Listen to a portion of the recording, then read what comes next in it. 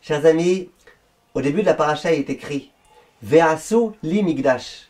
Et vous ferez pour moi un migdash. On parle de la construction du Mishkan.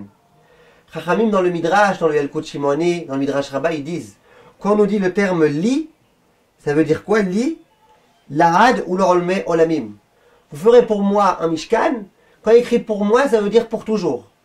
De la même façon, lorsqu'il est écrit ensuite Vechen ta'asu, Rashi sur place, pasuk tet, il dit c'est quoi Vechen ta'asu? Les dorot. C'est ce que vous ferez dans les générations. Viens, Chachamim me pose une question. Ils disent mais pourtant, c'est bizarre. Le Bet Hamikdash, le Mishkan, eh ben, il n'a pas existé dans toutes les générations. Aujourd'hui, par exemple, malheureusement, on n'a pas de Mishkan.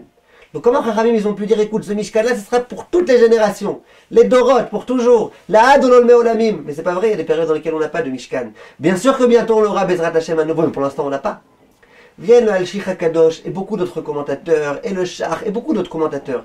Et ils expliquent en disant que nous savons très bien que le Mishkan, il est écrit Veshachanti Betocham. Au moment où on nous parle du Mishkan, au moment où on nous parle du tabernacle, on nous dit, et le juif, Akadosh Baruch Hu, il habitera Betocham, à l'intérieur de EUX. Mais c'est pas vrai, le Mishkan, il y en a un. On aurait dû dire quoi? Que Akadosh Baruch Hu, il habitera dedans, Bo, Betocho, pas Betocham. Et les Chachamim ils disent, mais non, Betocham ça veut dire Betor Kol Echad Vechad Bibnei Israël. Akadosh Baruch Hu, il résidera dans chaque juif, en chaque juif. Et c'est ça le but du Mishkan. Le but du Mishkan, c'est qu'il y a un endroit où Akadosh Baruch Hu se trouve, mais que grâce au Mishkan, Hachem puisse se trouver au sein de chaque juif. Viennent Chachamim et disent, c'est vrai que le Mishkan lui-même, lui, il a été malheureusement, on en a été privé. Mais par contre, la dimension de Ashrat, Ashrina, de la providence divine qui se trouve au sein de chacun, ça reste. Et ça restera toujours. Et dans toutes les générations. Et même aujourd'hui, nous avons ça. Comment nous accédons à ça, dit Chachamim? Lorsque l'homme, il sanctifie son corps. Il fait attention à bien manger des choses cachères. Il fait attention à écouter des choses cachères. Il fait attention à voir des choses cachères. Il fait attention à parler de choses cachères.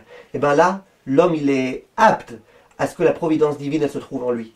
Mais lorsque l'homme, il décide au contraire de rentrer du pakacher à l'intérieur, de voir du pakacher, d'écouter du pakacher, de parler du pakacher, la Shekhinah va se trouver. Et le Shach, dans son explication sur la Torah, il le dit.